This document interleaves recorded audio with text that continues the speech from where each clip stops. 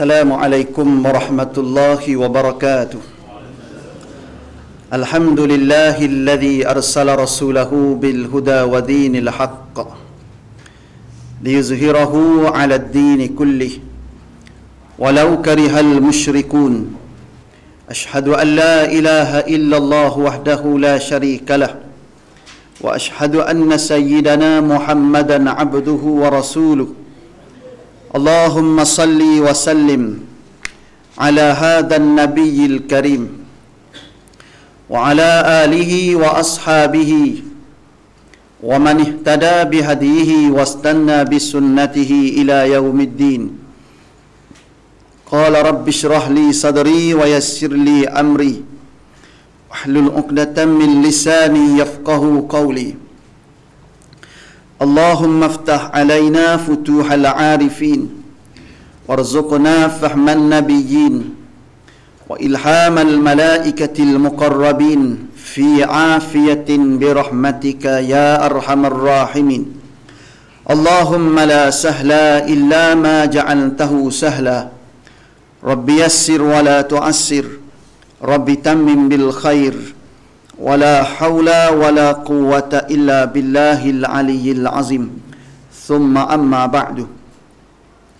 Alhamdulillah, marilah sama-sama kita bersyukur kepada Allah Subhanahu wa taala kerana dengan taufik serta hidayah Allah Subhanahu wa taala kita masih lagi diberi peluang dan kesempatan oleh Allah Subhanahu wa taala sehingga pada malam yang berbahagia ini sekali lagi kita dipertemukan oleh Allah Subhanahu wa taala dalam kita meneruskan ibadah kita kepada Allah Subhanahu wa taala dengan sama-sama menunaikan solat fardu maghrib yang telah disempurnakan dengan cara berjamaah.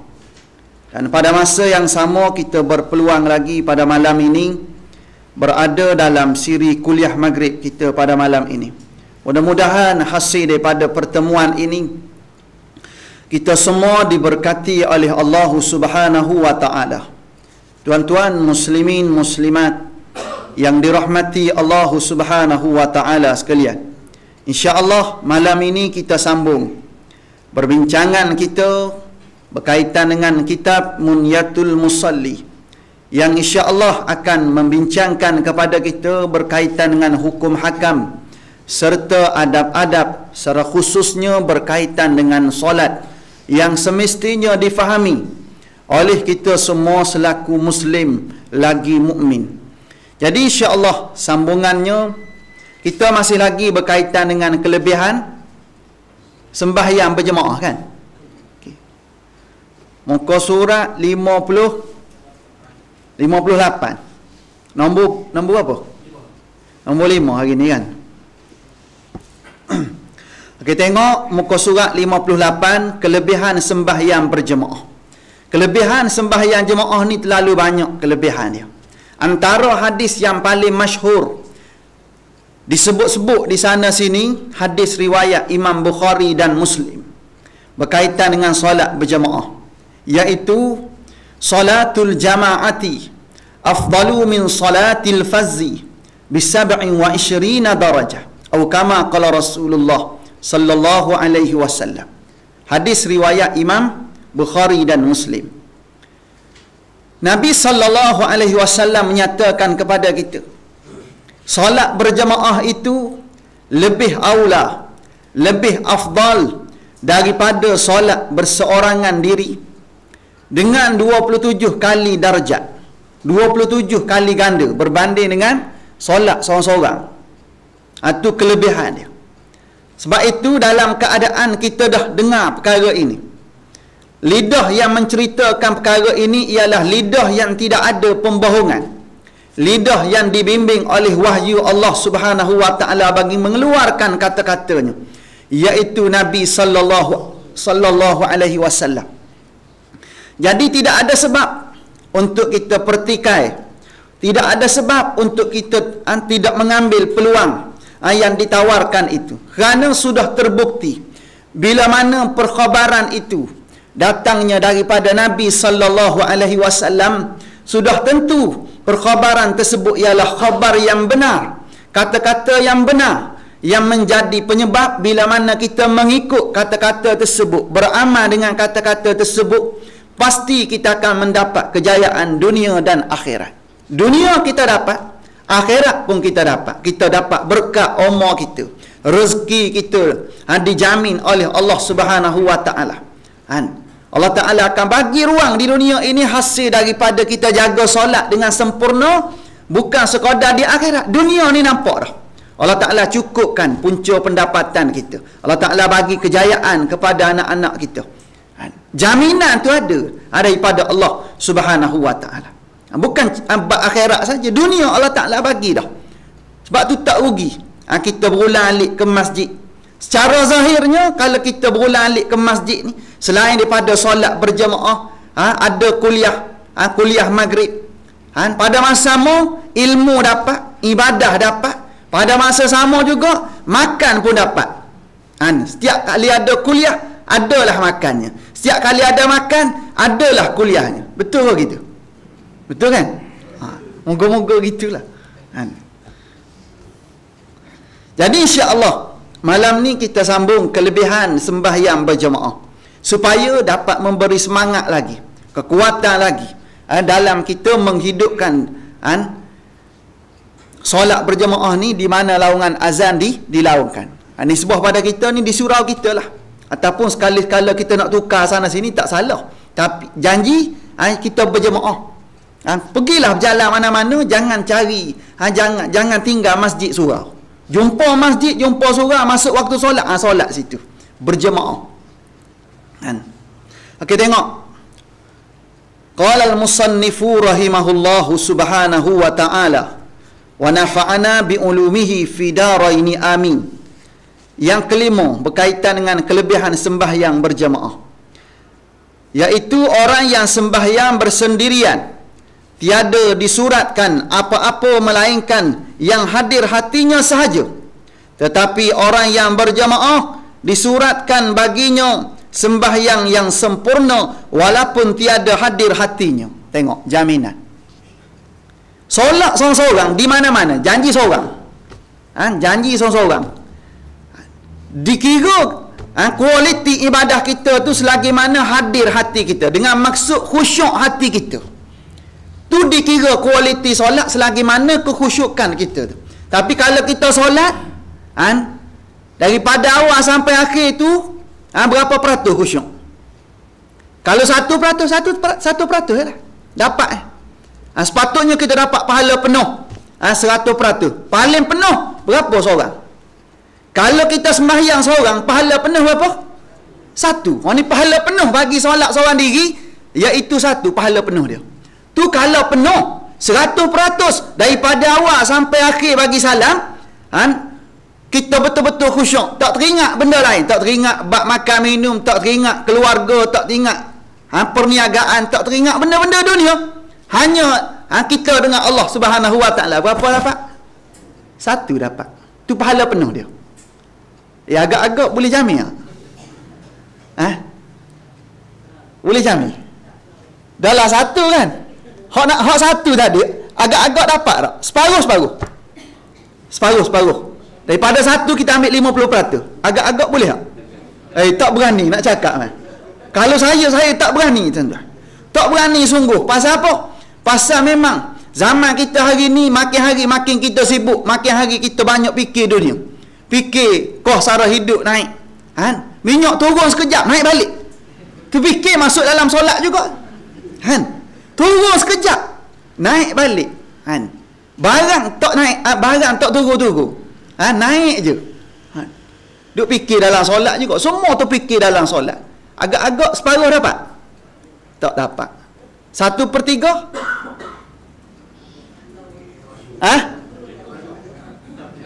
Tak berani juga. Lepas tu apa benda hak dapat?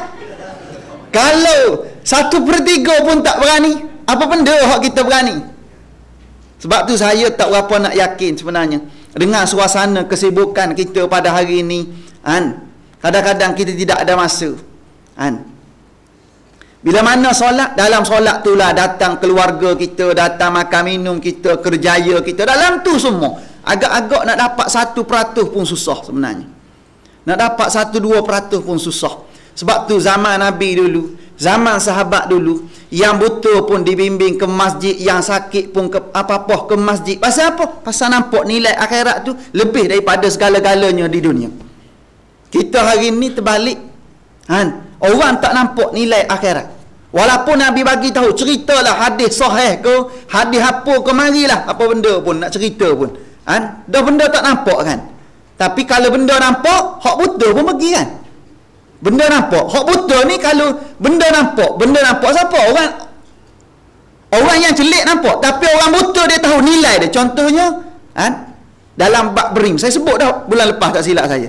Dalam bab berim. Orang buta pun pergi juga dia. Tak nampak tu.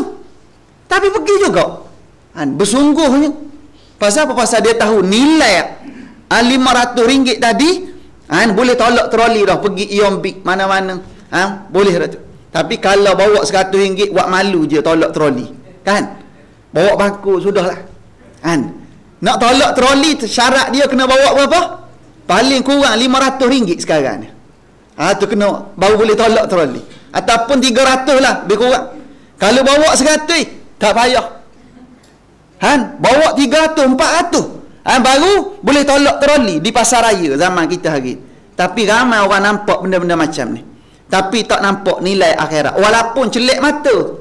Tapi yang tadi saya cerita, hak tak celik mata pun nampak nilai dunia. Tapi nilai akhirat, yang celik mata pun tak nampak nilai akhirat ni. Kecuali yang celik mata hati.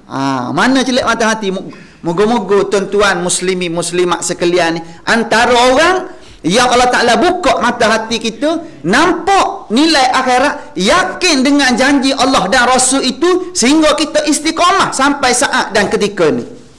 Bukan hari ni saja, istiqamah ni berterusan sampai bila? Sehingga kita mati dalam keadaan kita sedang istiqamah memperhambakan diri pada Allah Ta'ala. Jangan 2-3 hari. Sampai bila-bila? Sampai kita mati dalam ketaatan kepada Allah Subhanahu wa Ta'ala. Kena macam tu. Sebab itulah dalam kita beribadah ni mesti ada 3 perkara. Dalam kita memperhambakan diri kepada Allah, kita mesti ada 3 perkara. Yang pertama, ibadah kita itu mesti betul dengan syariat Allah. Betul bertepatan dengan syariat Allah Subhanahu wa Ta'ala. Kalau maghrib 3 rakaat, maka 3 rakaat kita kena buat. Kalau isyak 4 rakaat, maka 4 rakaat. Kecuali kita berada dalam musafir dan seumpamanya. Boleh pendekkan daripada 4 kepada 2. Dengan sebab rukhsah kita berada dalam musafir.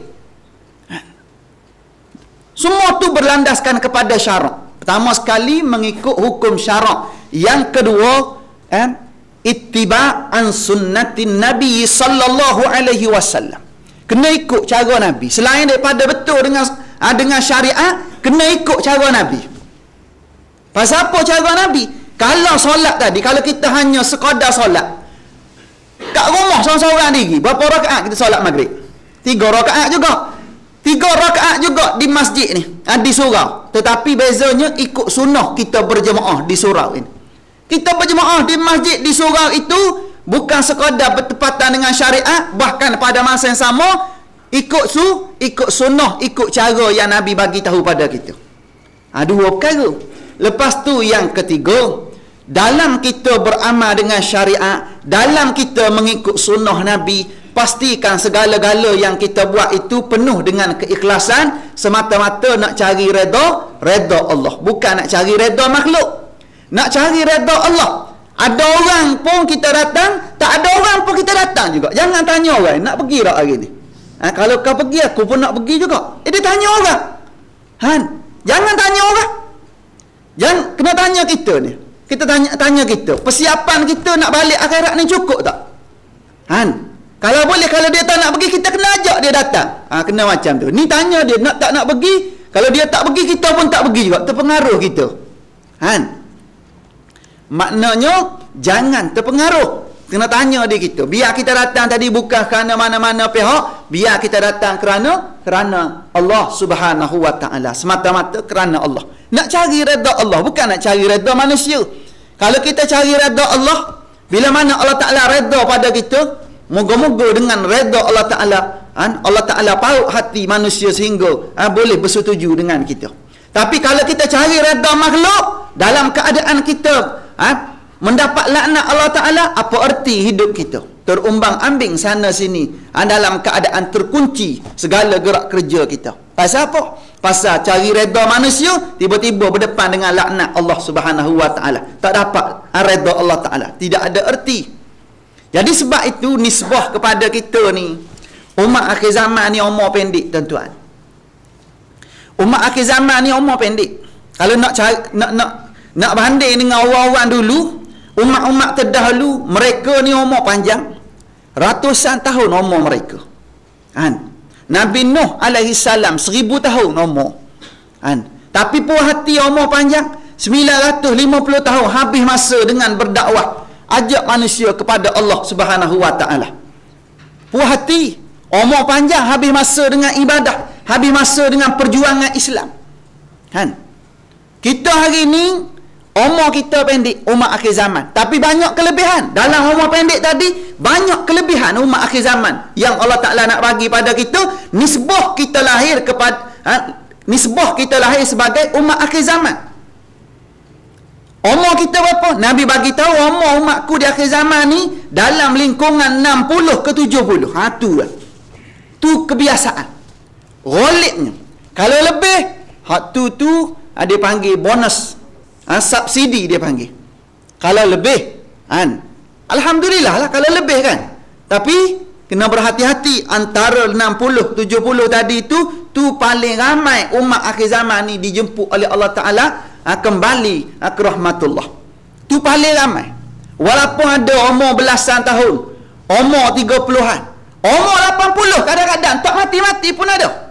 90 tak mati-mati pun ada. Moga-moga yang umur panjang ni dia tutup umur tersebut dengan husnul khatimah.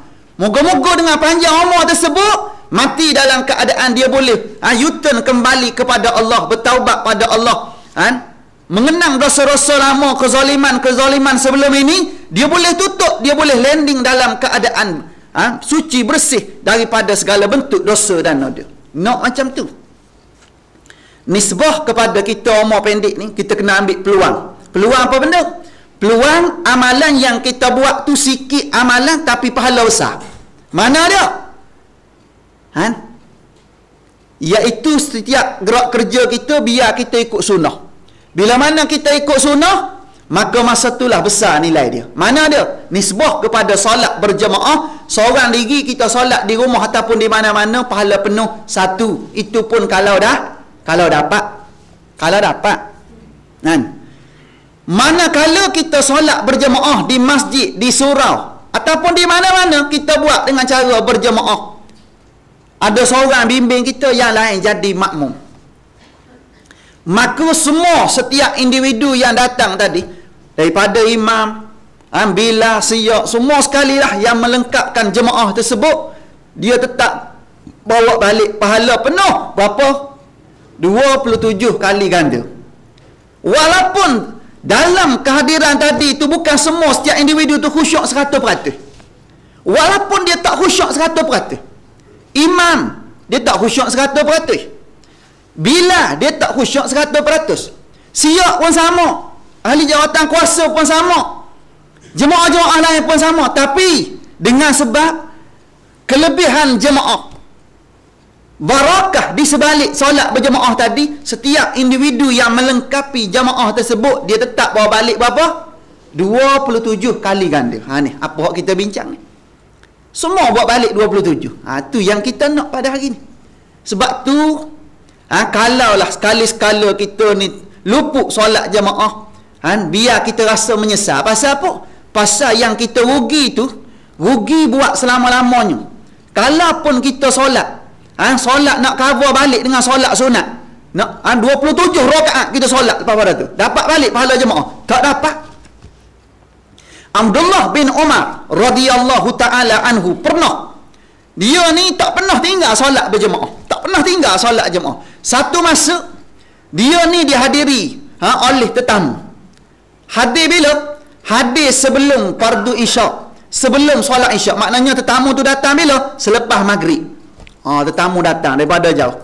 Bila mana sampai tetamu, maka sibuklah Abdullah bin Umar ini dengan nak layan tetamu. Pergi buka peti air, tengok ayam ada tak, ikan ada tak, daging ada tak, tengok sayur, lauk, pauk, semua sekali, bawang, garam, semua sekali lah. Pasal apa? Pasal nak layan tetamu sebaik mungkin kan. Dalam Abdullah bin, tu saya guna bahasa saya sendiri tu, duduk kaluk, duduk sibuk nak layan tetamu, tiba kita macam tu juga kan. Kalau tetamu datang, fikir selalu dalam kepala ni macam-macam datang. Pasal apa? Pasal nak buat terbaik pada tetamu. Tetamu ni kalau dia datang, kita kena rasa seronok sebenarnya. Pasal apa? Tetamu datang rumah kita dibawa rahmat, dibawa rezeki. Walaupun pada zahirnya susu kita habis, gula kita habis, garam kita habis, beras kita habis. Hakikatnya yang kita bagi tadi sebagai baju, dan akan dihujani oleh Allah Ta'ala kembali dengan rezeki yang melimpah ruah daripada langit dan bumi, dikeluarkan oleh Allah Ta'ala. Tu kalau tetamu. Sebab tu kena rajin-rajin jemput, buat doa selamat kau benda semua sekali lah. Tak salah buat macam tu. Panggil orang makan, kambing ke. Tapi kalau nak sembelih kambing, jangan lupa jemput saya. Macam tu. Dapat cucu kan? Dapat cucu ke? Kena macam tu. Jangan rasa rugi. Abdullah bin Umar ni, dia duduk sibuk duduk layan tetamu nak buat terbaik. Tiba-tiba masuk waktu isyak, duduk sibuk lagi. Lepas tu dia pun terus pergi masjid. Pergi masjid, semua masjid tengok-tengok orang selesai semua dah. Pergi masjid Taman Qasas, dah selesai solat berjemaah fardu isyak. Pergi masjid Bandar Baru, selesai. Surau-surau sekitar pun dah selesai semua. Maka kata Abdullah, dah habis semua orang dah selesai solat berjemaah. Maka dia pun solatlah berseorangan diri. Dia solat seorang-seorang dia. Pasal apa? Pasal tak sempat solat berjemaah. Maka selepas dia solat seorang-seorang, dia tak tidur. Dia tak tidur waktu malam. Dia nak cover balik. Nak cover apa ni? Nak cover pahala yang jemaah-jemaah lain dapat 27. Bagaimana dia nak pastikan 27 juga dia dapat? Macam mana dia buat? Dia pun solat sunat 27 rakaat. 27 dia buat. Pasal apa? Nak cover balik. Dia buat sehinggalah 27 raung tadi. Lala sekali dia pun tertidur. Bila mana dia tidur, maka datanglah mimpi dalam tidur dia tadi. Mari mimpi. Mimpi apa? Mimpi ada satu rombongan berkuda duduk depan. Dia ni duduk belakang. Abdullah bin Umar ni duduk belakang. Lepas tu ada satu rombongan kuda duduk depan. Dia pun pecut dengan rotan. Dengan talinya dia tarik tali kuda tadi, kekang kuda tu. Bersungguh-sungguh nak kejar rombongan kuda yang di hadapan itu. Pecut, tak dapat. Pecut lagi tak dapat. Sedangkan sama-sama je. Nampak biasa je, kuda sama kuat, tiba-tiba tak dapat.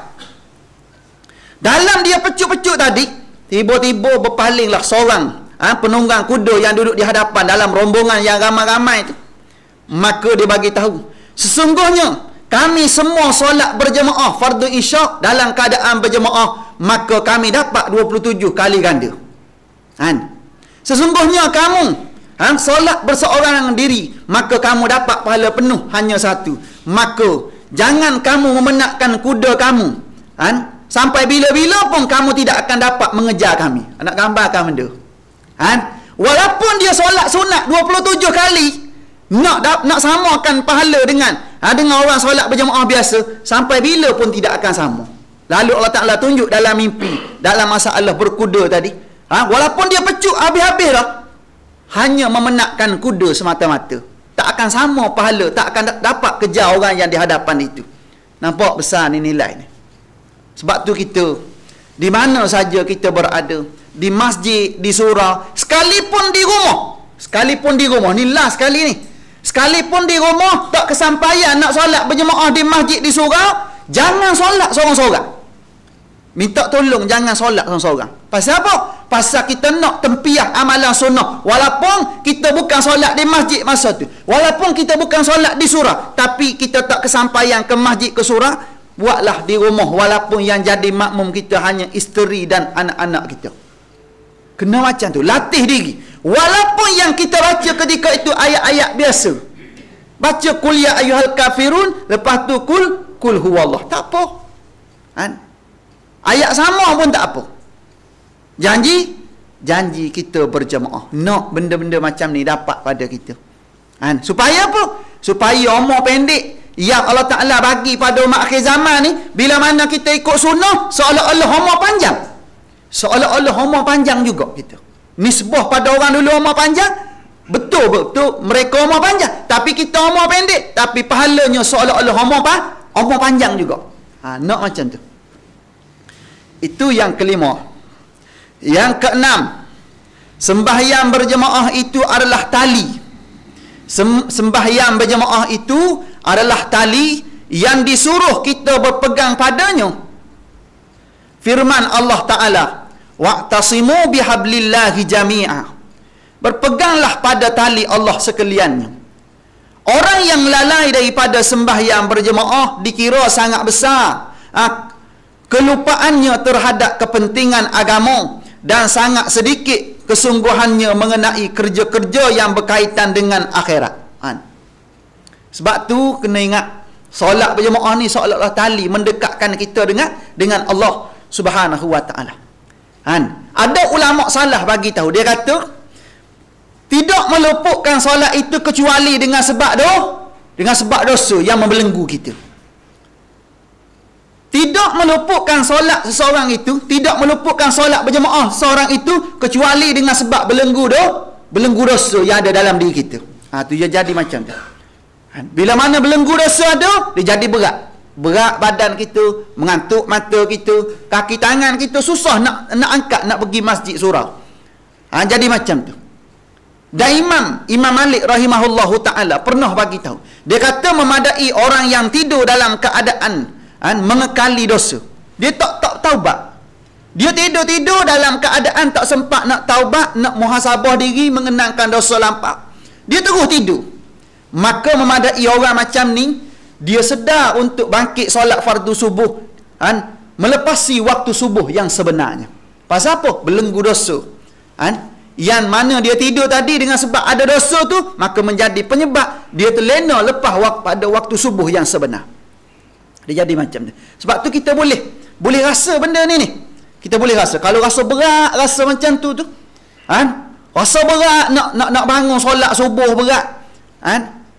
Nak datang maghrib pun berat. Nak duduk dalam majlis ilmu pun berat. Tu ada masalah. Ada masalah sikit. Masalah apa tu? Masalah sakit-baki dosa yang tidak diampun oleh Allah Ta'ala, yang perlu kita taubat kembali kepada Allah Subhanahu wa Ta'ala. Kena macam tu. Rasa berat, rasa malas nak baca Quran. Tadi elok je ambil Quran, baru baca a'udzubillah, halau syaitan dah tu. Baru halau syaitan. Syaitan baru lari sikit je. Kita baca bismillah, kita pun dah rasa mengantuk. Mengantuk tu kuih. Baru 3 ayat baca, rasa macam 3 juzuk dah. Banyak rasanya. Pasal apa jadi macam tu? Ada belenggu dosa kat dalam. Ada benda-benda maksiat melibatkan makan minum ke, tutur kata kita ke, pendengaran kita ke, kaki tangan kita ke. Clearkan semua sekali dengan taubat pada Allah. Maka moga-moga Allah Ta'ala bagi kekuatan untuk kita ni rasa lazat, rasa manis dalam kita beramal ibadah. Sembahyang berjemaah adalah tali yang disuruh kita berpegang kepadanya. Allah Ta'ala bagi tahu, wa'tasimu bihablillahi jami'a. Berpeganglah pada tali Allah sekaliannya. Wala tafarraqu, dan jangan kamu berpecah belah. Okey. Solat berjemaah ni antara kesatuan umat Islam. Tadi setiausaha tadi kan sebut dah. Dalam bab betulkan saf, rapatkan saf. Dalam mazhab Syafi'i, kaedah betulkan saf, rapatkan saf ni macam mana? Dia macam-macam mazhab ada ni. Macam-macam mazhab. Hak mana hak kita nak ikut? Dalam mazhab kita Syafi'i ni macam mana? Nak betulkan saf ni, Samakan tumit, rapatkan bahu. Bahu ni rapat ni. Bahu bertemu bahu. Tapi memang rimah rasa ni. Bahu sama bahu, lepas tu tumit tu samakan tumit. Tu dalam mazhab Syafi'i kita. Bukan suruh kaki sama kaki macam tu. Tu jadi buka luar kaki tu. Tu dalam mazhab selain pada Syafi'i ada bahas macam tu. Bukan suruh kaki sama kaki. Dalam mazhab Syafi'i, dengan elok-elokan, dalam mazhab Syafi'i, bahu bertemu bahu, lepas tu samakan tumit. Bukan sama kaki. Kalau sama kaki, ada orang kaki panjang. Ada hak setengah kaki panjang, dia jadi naik turun macam tu. Pasal apa? Pasal dia sama kaki. Cari jemari ni. Tapi kalau sama tumit ada orang tumit panjang. Ada hak tumit panjang. Tak ada kan? Tumit ni sama panjang je. Maka berlebih kurang macam tu. Maka kita samakan tumit, rapatkan bahu. Tu dalam mazhab Syafi'i kita macam tu kedudukannya. Lepas tu satu kedudukan. Dalam mazhab selain daripada Syafi'i, dia samakan kaki. Dia laga kaki. Tak belaga kaki. Kaki sama kaki semua betul macam tu. Lepas tu dia ukuran dia tadi sama tadi kaki depan macam tu. Belaga macam tu. Tu dalam mazhab selain daripada Syafi'i ada macam tu. Cuma kita ni dengan sebab bercampur aduk kan. Ada daripada Arab, ada daripada Bangla, macam-macam ada. Lalas sekali kita pun tengok hak ni pun bagus juga. Semua lalas sekali pening lalak habis kita. Masa ustaz kuliah ni kena dengar elok-elok. Kita selarahkan maklumat, kefahaman kita dalam mazhab Syafi'i. Dalam keadaan kita tidak menyalahkan mazhab lain. Semua betul. Semua boleh. Cuma nisbah kepada kita berada dalam masyarakat yang majoriti mazhab Syafi'i, kena ihtiram yang mana? Kena dahulukan yang mana? Syafi'i lah. Pasal apa? Pasal sekarang kita duduk dalam majoriti mazhab Syafi'i. Tapi kalau kita duduk di Mekah, lain pula. Kita kena hormat orang-orang sana pula. Kena ihtiram masyarakat sana pula. Pasal apa? Kita kena masuk kandang kambing, kita kena mengebek. Masuk kandang lembu, kita kena apa? Apa-apalah. Kalau masuk kandang harimau, kita kena ngap. Jangan masuk. Maknanya biar sesuai dengan keadaan lah. Nak azan? Okey, kita bagi laluan kepada laungan azan. Lepas tu kita sambung balik insya-Allah.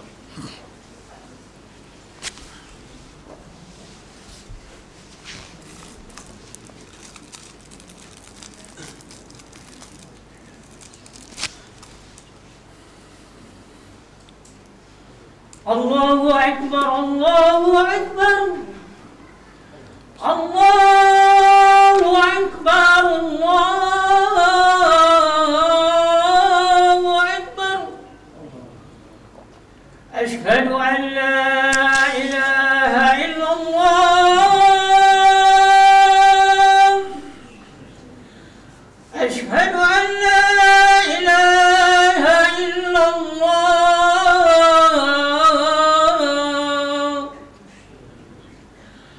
أشهد أن محمدا رسول الله. أشهد أن محمدا رسول الله.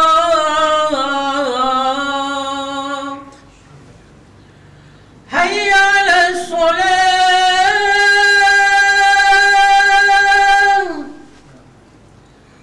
حي على الصلاة.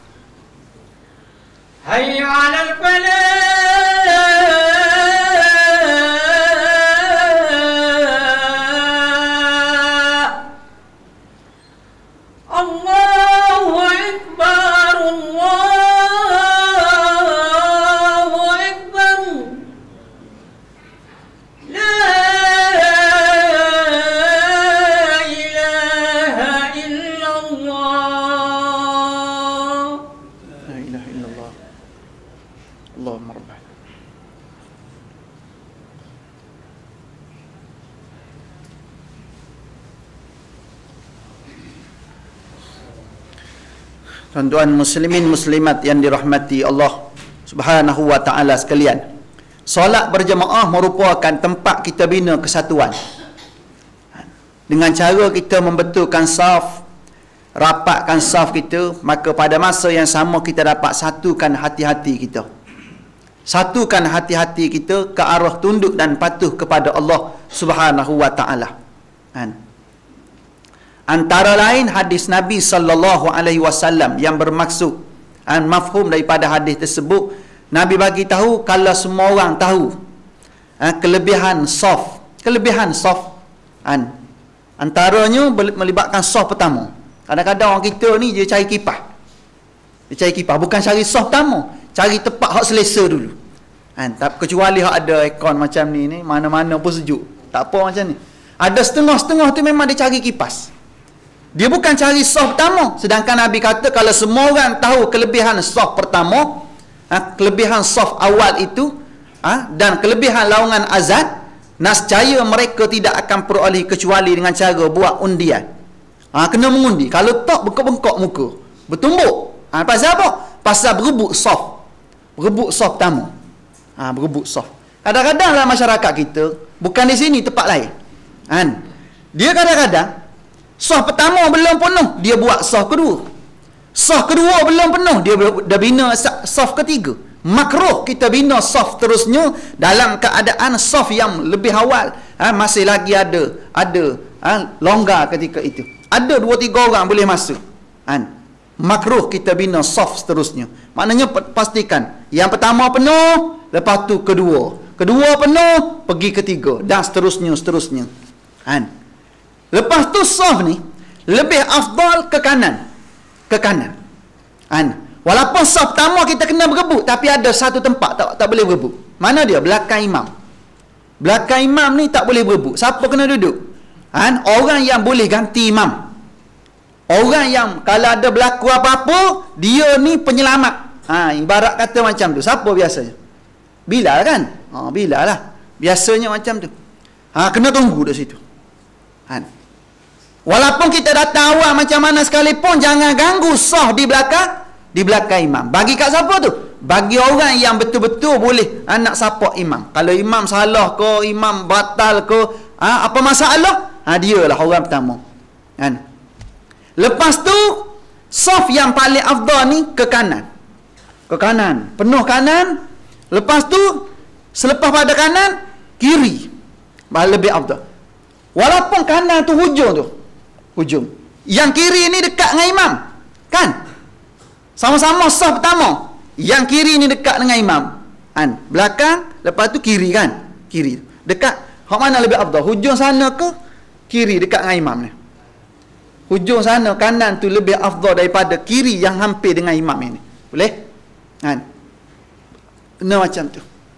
Nak bina sah ni macam-macam lah boleh. Bermula daripada belakang imam tadi, ke kanan penuh dulu pun boleh, baru penuh kiri pun boleh. Ataupun daripada belakang imam tu, kanan kiri sehingga penuh. Tu kena macam tu. Rapat. Bukan rapat ke sana, rapat ke sini. Boleh? Rapat ke sini. Ni asah dia ni daripada imam ni. Jangan mula sana dulu, lepas tu penuh. Tak kena macam tu. Ni asah dia daripada belakang imam ni, penuh dan seterusnya. Sama juga sah kedua. Bukan mula hujung dulu, bukan mula sana dulu. Mula mana dulu? Tengah-tengah ni. Penuh tengah ni. Lepas tu nak kanan kiri pun boleh, ataupun nak penuh ke kanan dulu. Penuh kanan baru penuh kiri. Macam tu. Boleh? Dan seterusnya macam tu lah. Seterusnya macam tu. Okey, tu melibatkan saf. Maknanya bila mana kita boleh bina kesatuan dalam solat berjemaah ini, bermula daripada saf yang betul rapi. Saf ni samakan tumit, rapatkan bahu. Moga-moga tidak ada gangguan dalam ibadah kita. Dia pergi kepada kekhusyukan solat. Betulkan sah, rapatkan sah ni salah satu cabang daripada kesempurnaan solat. Syaitan duk tunggu tengok mana sah yang lompong ni, yang berlubang ni. Boleh masuk seorang lagi, tiba-tiba Tak ada orang masuk. Tiba-tiba yang masuk situ siapa? Syaitan masuk duduk situ. Syaitan pergi masuk duduk situ, maka dia ganggu. Bila mana satu sah je lompong situ, dia tak ganggu seorang tu je. Dia ganggu semua sekali. Seolah-olah kita buka ruang untuk semua sekali diganggu ketika itu. Jadi macam tu. Macam mana? Sebab tu, walaupun nampak kecil je, melibatkan saf, melibatkan betulkan saf, rapatkan saf, tapi nisbah kepada hakikat, nisbah kepada hikmah di sebalik tu ialah besar di sisi Allah Subhanahu wa taala.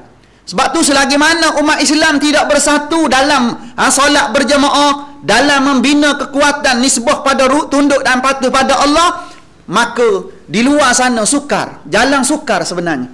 Betul yang Setiausaha kita bagi tahu tadi. Umat Islam pada hari ini ramai, tapi kualiti seperti mana hak Nabi bagi tahulah. Umat Islam, umatku di akhir zaman ni ramai bilangan dia. Tapi kualiti dia macam mana? Kualiti macam buih. Macam buih di permukaan air, lambat dipukul ombak, pecah berkecai. Macam tu. Pasal apa? Pasal tak bersatu. Ramai tapi tak bersatu. Kualiti tak ada. Kadang-kadang dia nak solo macam tu. Kekuatan ni dia bukan dengan cara solo. Dia kena cara berjamaah. Dengan cara macam mana berjamaah? Dia ada strategi. Kita berjamaah ni dia ada susun galo dia. Ni sebab pada kita betulkan sah. Ada cara dia. Tak boleh cara kita sendiri. Janji solat je lah. Janji berjemaah je lah. Tak boleh. Dia syarat sah berjemaah ada. Syarat sah ada. Syarat nak dapat pahala tu ada lagi. Syarat nak dapat pahala jemaah ni satu bab. Syarat sah jemaah tu satu bab. Bila mana putus sah, maka dah menyebabkan pahala jemaah tu kena potong dah ketika tu. Dia jadi macam tu. Sebab tu kita tak, jangan sampai tahap tu. Sebab tu kita cerita lagi dan lagi ni. Tujuan daripada masa ke semasa, segala kekurangan yang berlaku, kelemahan yang berlaku dalam kita mendirikan solat ni, dapat kita sempurnakan kembali daripada masa ke semasa. Jangan kita duduk di level yang sama. Tahun lepas macam tu, tahun ni pun macam tu juga. Rugi macam tu. Ada perubahan. Moga-moga dengan kita bersatu hati dalam solat berjemaah ini, di luar sana pun kita akan bersatu hati. Sehingga lahirlah umat Islam yang hebat. Kesatuan itu akan dibina melalui solat berjemaah ini. Kita nak benda-benda macam ni dapat pada kita semua. Okay. Orang yang lalai daripada sembahyang berjemaah dikira sangat besar kelupaannya. Lalai dia dengan solat berjemaah. Orang azan di masjid dia duduk sibuk bakar burger. Duduk sibuk kibah apa tu? Sate. Saya lalu tadi ramai duduk kibah sate. 2-3 orang duduk tunggu ni. Nak pergi dengar kuliah ke nak kibah sate? Duduk kibah sate. Boleh, tak ada masalah. Bukan kata benda haram, tapi kibah sate ni, kuliah ni bukan tiap-tiap malam pun sini kan. Maknanya sekali-sekala cuti tak apa sate tu kan. Ataupun tukar-tukar kan, tukar-tukar. Tak ada masalah. Kan ada tokel sate ni. Saya bukan nak mengenalkan siapa-siapa ni. Bukan nak mengenal siapa. Ini bukan nak kena ketua kita, tak. Minta maaf. Saya lalu tadi depan flat tu. Kan ada situ, kan duduk kibah-kibah situ. Nak gambarkan tengok. Dia tak hira dah solat berjemaah ke, nak kuliah ke, janji bisnes jalan dia kata. Cukup tak? Cukup tak pendapatan? Kalau kita duk biarkan benda ni, dalam keadaan kita bersungguh cari rezeki, tiba-tiba orang nak solat lah, janji kita solat juga, tak kira lah jemaah ke tak jemaah ke, sama je dia kata. Tu yang menjadikan pendapatan yang kita dapat tak pernah cukup. Bila mana kita lupa dengan Allah Ta'ala, pertalian kita dengan Allah Ta'ala tu jauh, maka kita lupa yang bagi cukup pada kita tu bukan usaha kita semata-mata. Yang bagi cukup pada kita tu siapa? Allah. Allah yang bagi cukup pada kita. Bila mana Allah Ta'ala nak cukupkan seseorang itu, dia jadi cukup. Masalah pun tak banyak kan. Sakit demam pun tak ada, maknanya cukup lah tu. Tapi ada orang, duit banyak, sakit pun banyak juga. Keluar banyak juga. Macam tu. Dia jadi macam tu. Lalas sekali pening kepala, badan penat cari. Tiba-tiba habis begitu saja. Kan pening kepala fikir macam tu kan? Tapi kalau kita buat kerana Allah, kita tahu kita ni hanya tumpang bumi Allah, yang bagi tu Allah, yang tarik balik pun Allah, semuanya datang daripada Allah. Yang kita lihat di hadapan kita hari ni, belakang kita, kiri kanan kita, semua milik Allah, bukan milik kita. Sebab itu hebat mana pun usaha ikhtiar kita, jangan sampai kita lupa Allah.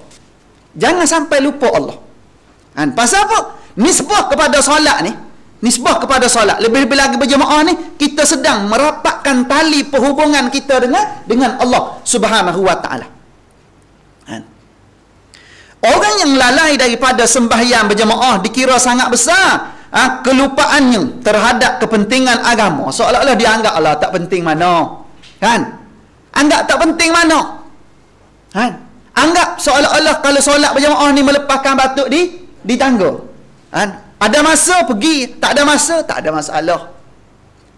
Bukan topik utama seolah-olah macam tu. Dalam bab ni saya respect tabik. Jemaah tabligh. Jemaah tabligh ni dia jaga betul solat berjemaah. Solat jemaah betul. Sehingga sebelum masuk waktu sampai dah puak-puak dia ni. Tapi baguslah dalam bab-bab tertentu. Tapi majlis-majlis macam ni kena duduk juga. Jangan jaga solat semata-mata, tiba-tiba hukum hakam dalam solat tu dia tak tahu. Tak boleh macam tu. Dalam jaga berjemaah tu bagus tak? Tapi hukum hakam kena tahu tak? Kena mengaji. Tak boleh. Kita buat semata-mata main ikut-ikut. Janji betul. Tak boleh. Imam Ghazali kata kalau kita ibadah sekalipun nampak pada zahir itu betul sekalipun. Zahir nampak macam betul. Orang tengok macam betul. Tapi kita tu ikut orang je. Maka jawabnya a'maluhu mardudatun la tuqbalu. Amalannya ditolak dan tidak diterima. Kosong. Pasal apa? Pasal dia buat bukan kerana ilmu dan kefahaman yang sebenar. Sebab tu kena belajar kita. Kena belajar, semua kena belajar. Saya kena belajar, tuan-tuan muslimat pun kena terus belajar. Istiqamah belajar. Sampai bila? Sampai mati. Minal mahdi ilal lahdi belajar. Kena belajar. Dan sangat sedikit kesungguhannya mengenai kerja-kerja berkaitan dengan akhirat. Bila mana kita ambil mudah solat berjemaah, maka sedikitlah kesungguhan dia. Maka dia ambil mudah berkaitan dengan kerja-kerja akhirat. Dia tak ambil penting sangat kerja akhirat. Walah ganjaran pahala besar. Berkat kehidupan kita dijamin.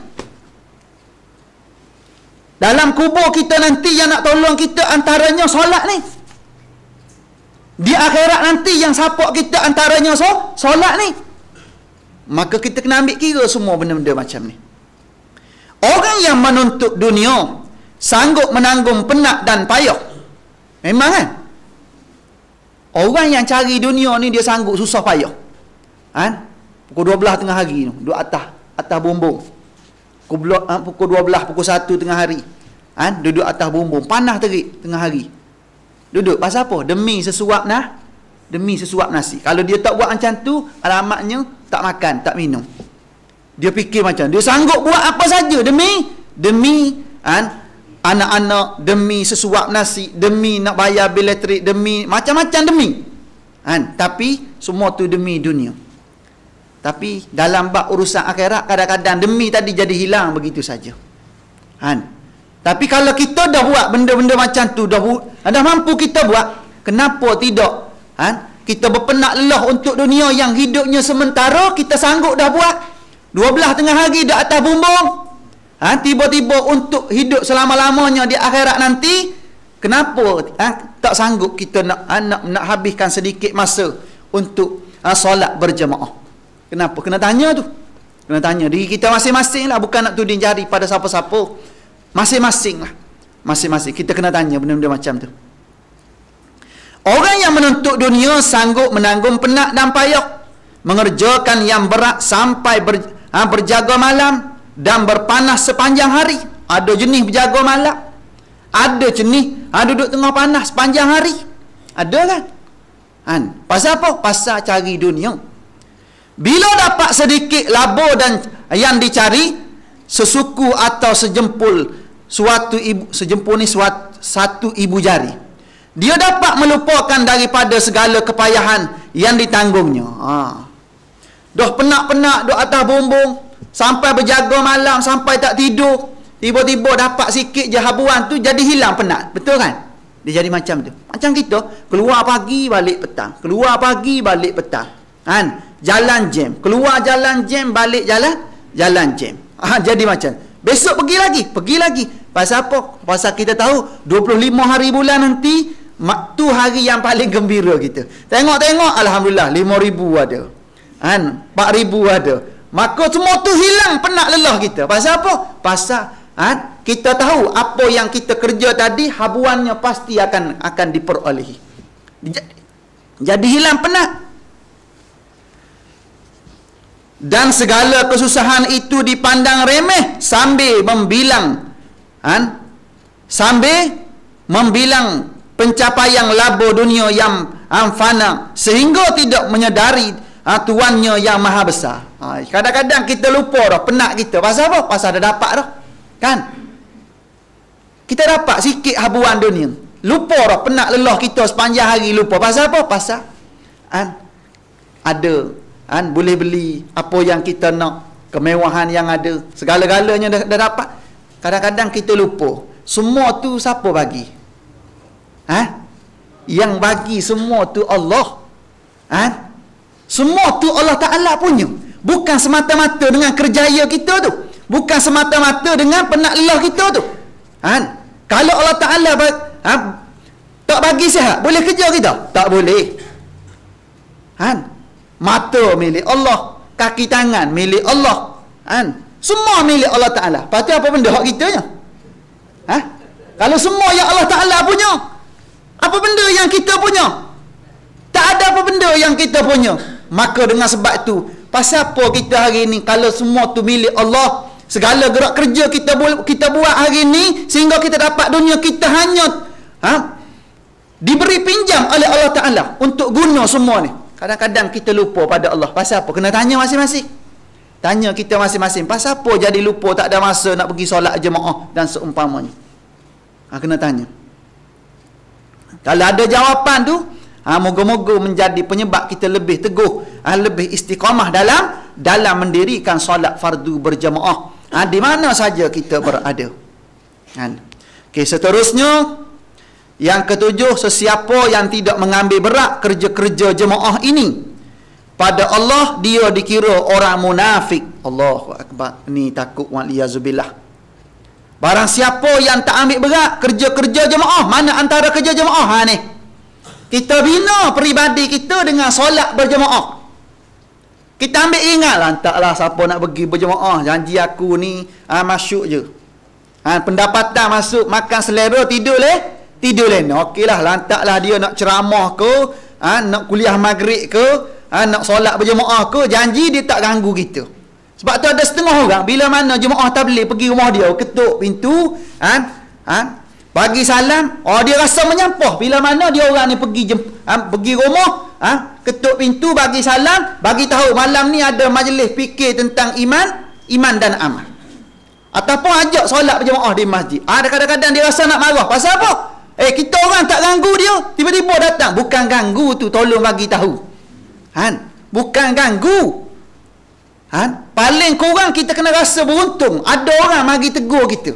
Daripada kita duduk leka berpanjangan, tiba-tiba ada orang datang bagi tahu, malam ni ada majlis, ada ceramah, ada solat berjemaah yang tak pernah tutup surau tu. Kadang-kadang kita rasa orang ganggu kita. Ada setengah tak buka pintu. Ada macam tu. Tak buka pintu tu koi. Kena buka pintu, bagi ruang dia bercakap. Tak lama pun, bukan suruh buat teh pun. Bukan suruh baca air pun. Dia bercakap 2-3 patah, lepas tu dia pergi rumah lain pula, tak apa. Tapi banyak hak pergi rumah saya. Rumah saya pun dia pergi kok. Bagus. Rumah kita dia pergi juga. Dia pergi, tapi dia tak bercakap panjang. Dia tak berceramah, tak baca hadis, tak baca apa. Dia kata, Ustaz, kita orang minta tolong Ustaz doa. Minta tolong doa, moga-moga kita orang ni istiqamah solat berjemaah, buat kerja-kerja amal macam ni. Okay, ya, sama-sama kita doa lah. Sama-sama doa. Kita pun doa, dia pun doa untuk kita macam tu. Berapa minit? 3 minit dia pergi lah. Tak apalah dia buat kerja kan. Bagus tu. Sekurang-kurangnya kita ni terdetik. Kita sedang leka, tiba-tiba ada orang datang bagi tahu tu, moga-moga satu masa kita boleh berubah. Kena macam tu. Sesiapa yang tidak mengambil berat kerja-kerja jemaah ini pada Allah, dia dikira orang munafik. Orang macam ni orang munafik. Dia tak ambil berat kerja-kerja jemaah. Kecuali nyata ada keuzuran yang mengharuskan meninggalkan berjemaah kerana kepentingan agama atau keduniaan. Kecuali uzur syar'i lah. Tak dapat mengelak. Pasal apa? Pasal jaga orang sakit. Kalau dia pergi solat berjemaah, pendek kata orang sakit ni mati. Jatuh tangga ke dan seumpamanya. Dengan sebab tak ada siapa nak mengurus. Tak apa macam. Pasal apa? Pasal dengan sebab ada pesakit. Dengan sebab apa? Dengan sebab ada tetamu yang datang daripada jauh. Maka tu keuzuran nak buat macam mana? Takkan nak datang. Datang tetamu ni apa benda ni waktu solat ni datang ni. Takkan. Yalah nak buat macam mana kan? Orang datang. Terima je lah kan. Kalau macam tu tak apa. Pasal apa? Pasal keuzuran. Tapi kalau kita cerita ni, dicok munafik pada Allah Ta'ala ni dia ambil mudah. Dalam keadaan badan sihat, dalam keadaan tak ada masalah apa-apa, tiba-tiba saja-saja je. Nak solat berjemaah. Saja-saja nak solat di rumah. Ada satu hadis bagi tahu tidak dinamakan solat. Jiran-jiran masjid kecuali di mana? Di masjid. Tidak dinamakan solat jiran-jiran masjid kecuali di masjid. Macam mana jiran masjid? Jiran masjid ni kalau dilaungkan azan, tak kira dia tinggal belah mana, dia dengar laungan azan tersebut.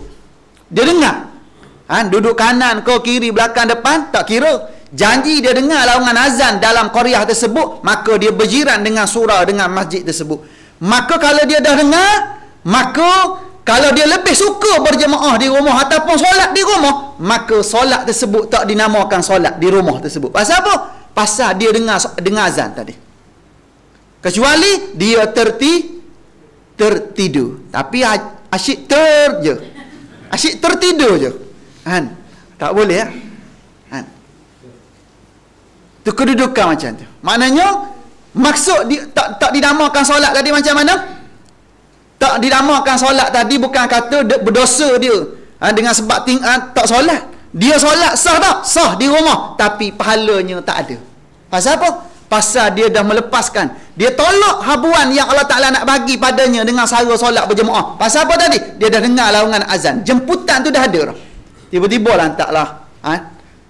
Aku nak solat di rumah juga. Tanpa ada uzur, maka dia berdepan dengan solatnya ketika itu tak ada apa nilai di sisi Allah Ta'ala. Macam sebab tu orang-orang dulu bersungguh dalam bab ni. Kita zaman hari ni tak nampak pasal pasal benda datang surau, datang masjid pun tak boleh buat balik apa. Kan? Tak boleh buat balik 27. Ustaz kata 27. Mana dia 27? Tak boleh buat balik. Kalau boleh buat balik agak-agak penuh surau ni. Bukan kata penuh. Kena buat berapa kali jemaah agak-agak. Kalau nak hitung dengan ramai jemaah penduduk sini. Kalau datang sekali jemaah, kita tunggu dulu. Hak luar tu tunggu dulu. Kita orang nak berjemaah. So habis lalu satu raung imam bimbing, lepas tu keluar. Wirid masing-masing. Pasal apa? Pasal nak dahulukan sahabat-sahabat lain masuk berjemaah. Berapa kali jemaah agak-agak? 5 kali. 5 kali. Tapi pernah buat 5 kali? Tak pernah. Sekali pun tak apa penuh. Bukan sini saja, semua tempat macam tu. Semua macam tu belaka. Termasuk tempat saya. Duk main 3 saf ya. Tempat saya tu, masjid tu. 3 saf. Zuhur 1 saf. Zuhur 1 saf, 2 saf paling tinggi. Asar pun sama juga. Maghrib 3-4 paling tinggi. Kecuali ada program mega sikit, highlight situ makan gulai kawah ramailah. Pasal apa? Pasal ada makan gulai kawah ke apa benda, datang ramai. Bagus. Hak paling ramai hari apa? Hari Jumaat. Lepas tu hari raya. Hari raya ketika muncak. Hari-hari biasa, kan? Orang sama je. Orang sama, muka sama, gambar sama je lah. Kan? Duduk tayang apa ni, ulang tayang orang sama je lah. Tak apalah, istiqamah walaupun orang sama, istiqamah. Kan? Allah Ta'ala tak tengok, tak tengok ni siapa datang, bertukar-tukar tadi, hak tak apa. Kita datang. Yang penting kita datang. Jangan tengok orang tak datang, kita pun tak nak datang juga. Tak kira. Jangan kira orang, kira kita. Mana kita ada kemampuan, ajak pelan-pelan. Dia boleh dengar, tak boleh dengar tu cerita lain. Yang penting kita bagi tahu. Moga-moga satu masa dia terpaut hati nak bersama kita. Okeylah tu.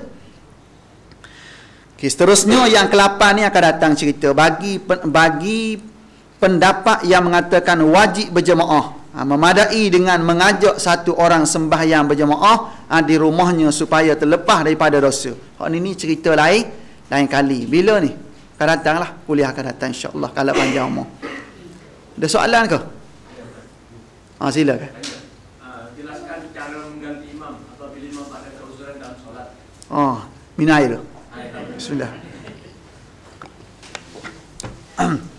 Cara nak ganti imam. Bila mana imam ada keuzuran dalam solat, dah pasti dah, jangan pergi tolak imam. Mentang-mentang kita tahu imam ni tak sah ni, kita pun pergi tolak dia. Kau ke tepi, aku ganti tempat ni. Tak, jangan gitu. Dia kalau kita dah pasti imam tu batal solat. Walaupun imam tak tahu. Imam tak tahu dia batal solat. Contohnya di kaki imam tu ada apa? Ada najis, tai cicak contoh. Tai cicak. Imam tahu tak kaki dia ada tai cicak? Tak tahu kan? Maknanya semua makmum yang tahu di kaki imam tu ada tai cicak, maka dia kena mufarakah. Tak payah ganti, jangan pergi tolak imam. Kena mufarakah seberapa segera. Solat hak sebelum tu, rakaat sebelum tu, sebelum dia nampak tai cicak tu sah tak? Kira tak? Kira. Maknanya mula-mula tadi dia dah solat 2 rakaat, masuk rakaat ketiga, tai cicak ada. Dia pun mufarakah. Mufarakah daripada imam tu, dia tambah berapa? Tambah 2 lagi kalau isyak kan. 2 dah selesai tadi, walaupun tai cicak ni pada awal ke ataupun rakaat ketiga baru imam kena tai cicak ni, tak kira daripada mana. Tahu je masa tu mufarakah seberapa segera jalan seorang. Tu satu keadaan. Lepas tu satu lagi, bila mana imam ni batal solat. Tak solat. Imam pun keluar. Maka nak ganti macam mana? Ganti. Imam ni nak keluar pun dia ada cara sebenarnya. Jangan keluar dalam rokok, jangan keluar dalam sujud. Kalau keluar dalam rokok, pendek kata makmum ni lama lah rokok ni tak bangkit-bangkit. Tunggu demi tunggu imam ni ada tak ada ni, tengok-tengok dah tak ada dah. Tu kalau imam keluar dalam rokok. Sama juga imam keluar dalam sujud.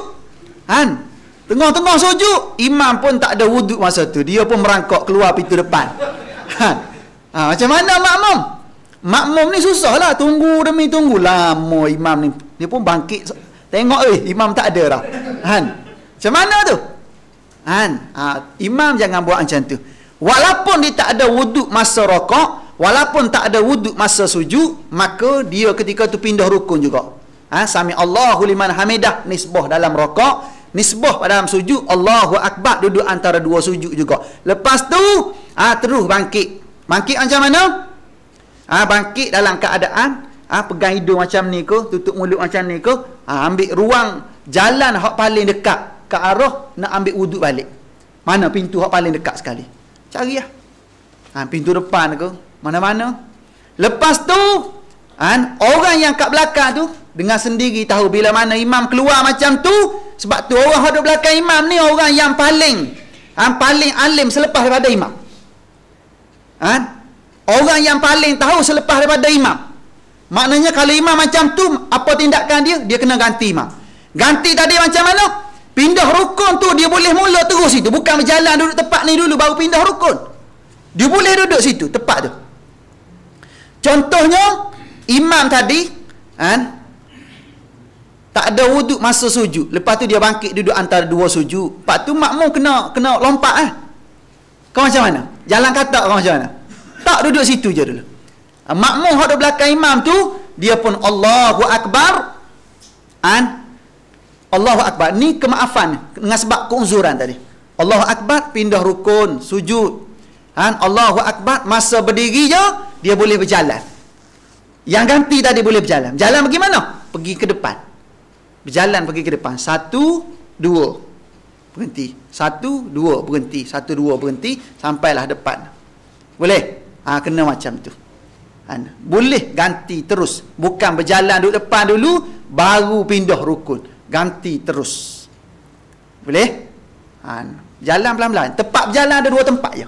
Dalam solat ni tempat boleh berjalan ada 2 tempat. Masa qiyam dan masa rokok. Masa qiyam dan masa rokok. Tapi rokok tu tak apa sesuai dah tu. Tengok macam tu je pergi kan. Tapi kalau masa qiyam, okey. Selesalah kita berjalan. Boleh? Ganti terus. Sila. Apa benda tu?